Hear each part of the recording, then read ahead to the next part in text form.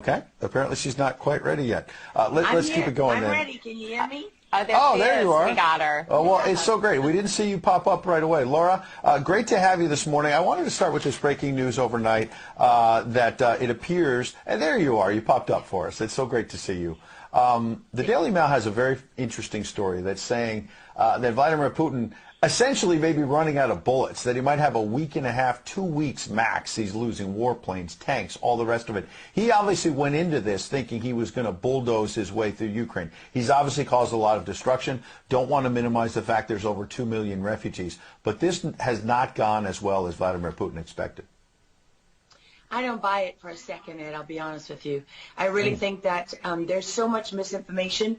We've never really seen anything like it. I mean, I've been covering wars now for 35 years, and I have never seen people with their nails done in the Ukrainian flag, right? I mean, we're being corralled into this box where we either have to hate Vladimir Putin and believe everything evil that's said about him and love Ukraine, and there's no in between.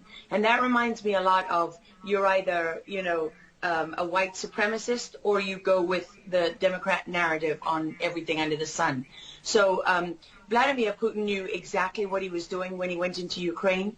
The Russian military isn't perfect. They, for example, I've spoken to multiple defense specialists and intelligence specialists from a Defense Intelligence Agency who've studied the Russian military for years. They do have a difficulty mounting complex air operations because they do very little training hours in comparison to, for example, the United States air assets, right, our fighter jet pilots. But Russia is not struggling. What Russia has done from the very beginning has been very strategic. They didn't go straight to Kiev. They went to all those bioweapons laboratories that are scattered all over the country. Some of them they built, so they know where they are. They've known where they are since the Soviet Union, because under the Defense Threat Reduction Program, we went in after the fall of the Soviet Union and supposedly turned those facilities from bioweapons labs into public health labs. Although, these days it's hard to believe anything that our leaders tell us, because they've lied about COVID, they lied about Russia collusion, they lied about the Ukraine impeachment trial, and there's so much more going on in Ukraine that nobody is talking about. You see such dishonesty when it comes to the history of Ukraine. You see dishonesty when it comes to the Azov Battalion, which is funded by the U.S. and NATO. I mean, you can find pictures of them online holding up the NATO flag and the swastika at the same time. Their own emblem contains the black sun of the occult, which was a Nazi SS emblem. And it also contains the sideways, lightning insignia of the SS. I mean, this is on throughout the Ukrainian military. You can see that black sun of the occult on their body armor, even on the female soldiers who are paraded in front of the world as being, such an example of Ukraine's independence and spirit and nobility. Even they are wearing the black sun of the occult. And, the White House wants you to believe, well, this doesn't matter, it's just a small number of troops. It's not true. The Azov Battalion has been murdering its way through eastern Ukraine. Yeah. We don't want to admit this. This was why Crimea voted for independence. This is why Crimea wanted to be with Russia. Because we in the media, in the Western media and in the West, won't acknowledge the reality of what's gone on. Western Ukraine backed the Nazis. It was a headquarters for the Nazi SS. The CIA under Alan Dulles actually gave immunity from prosecution to the Nazis of Ukraine from the Nuremberg trials. So there's a long history of the United States and our intelligence agencies funding and arming Nazis in Ukraine. These are not like new neo-Nazi groups that sprung up. These are the actual Nazis from the Second World War, who, if you go back to the Nuremberg trials, said that they were planning for a 1,000-year Reich.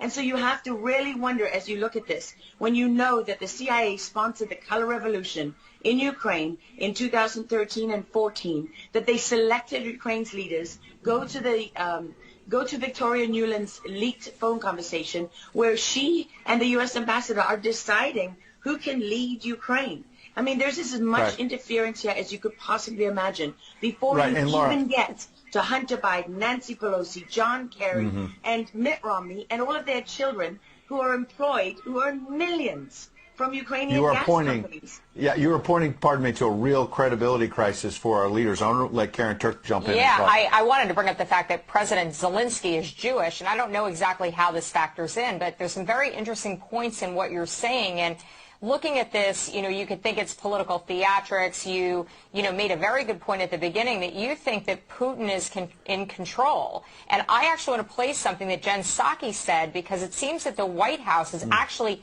echoing that sentiment. Watch this. Well, the end game is really a question for President Putin. We have completely crushed his economy. We have provided military assistance, humanitarian assistance to the Ukrainians, enabling them to fight back for far longer than the Russian leadership anticipated. And again, he has to determine what the path forward looks like for him. Thanks, everyone. He's determining what this looks like, and I think that's a lot of what you said, Laura. I'd love to get your thoughts on that, what you just watched. What troubles me about the moment that we're in is that we have such a selective and a narrow reading of history. President Zelensky may be Jewish, but he's not the only one in this who suffered during the Second World War, whose ancestors suffered, right? I mean, look at Putin. How many relatives did he lose in the siege of St. Petersburg? People don't know their history. They don't know what made Vladimir Putin. And I'm not I'm not defending him. I don't need to defend Vladimir Putin. My job as a journalist is to try to understand what is the truth here. I don't like being lied to. And we're being lied to on an epic scale. When we're told your only choice is you have to be 100% with Zelensky, who's a puppet, who you can find on the internet in black stilettos and leather pants, with shirtless, doing a spoof Dancing with the Stars kind of entertainment video. That's a mock of a Ukrainian group that does this kind of satanic, occult type of music video. And I mean, Zelensky was selected, like so many of our leaders. And honestly, with big tech and with election fraud these days, we don't know how many leaders all around the world have been selected for us and weren't actually voted in. But what we do know is that there are increasing problems with technology and the digitization of our world. Because look at what's happening with COVID. Look at what has happened globally. We are fighting the same battles all over the world. To pretend that this war is about Russia and Ukraine is just a barefaced lie. If Putin has been warning for 15 years that he is not going to stand by while the globalists take over the world, build bioweapons facilities and whatever else they're doing in Ukraine, Ukrainian oligarchs. Ukraine has been a center of money laundering for, many of the leaders in this country. For how long? Billions of US dollars have been laundered through Ukraine, and we say nothing about it. These are our tax dollars. I mean, before the impeachment trial, had you ever heard of anyone in the United States, us bringing in foreign governments to the White House for anti-corruption training? I mean, does nobody question these things? Why do we not question them? We have an idiot like Lieutenant Colonel Vindman who goes at the impeachment trial and sits there as a lieutenant colonel. He didn't even make colonel. And he's telling the President of the United States what his policy should be. You have a traitor in the form of Maria Yovanovitch, who was Obama's ambassador, who's telling Ukrainian government officials, don't listen to the will of the American people.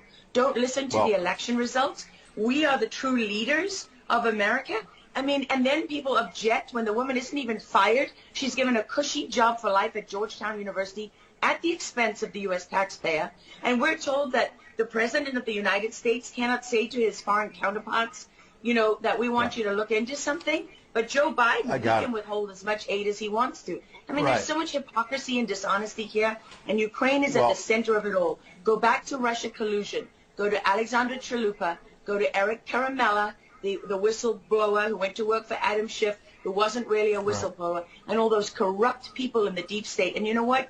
The deep state isn't a theory. It's not a conspiracy theory. It's an actual deep state. Look up the SES, the Senior Executive Service, because when that bureaucracy was ushered into law in the United States of America, that's when we got a bunch of unelected bureaucrats pulling the strings behind the scenes. And these are the people that keep lying to us.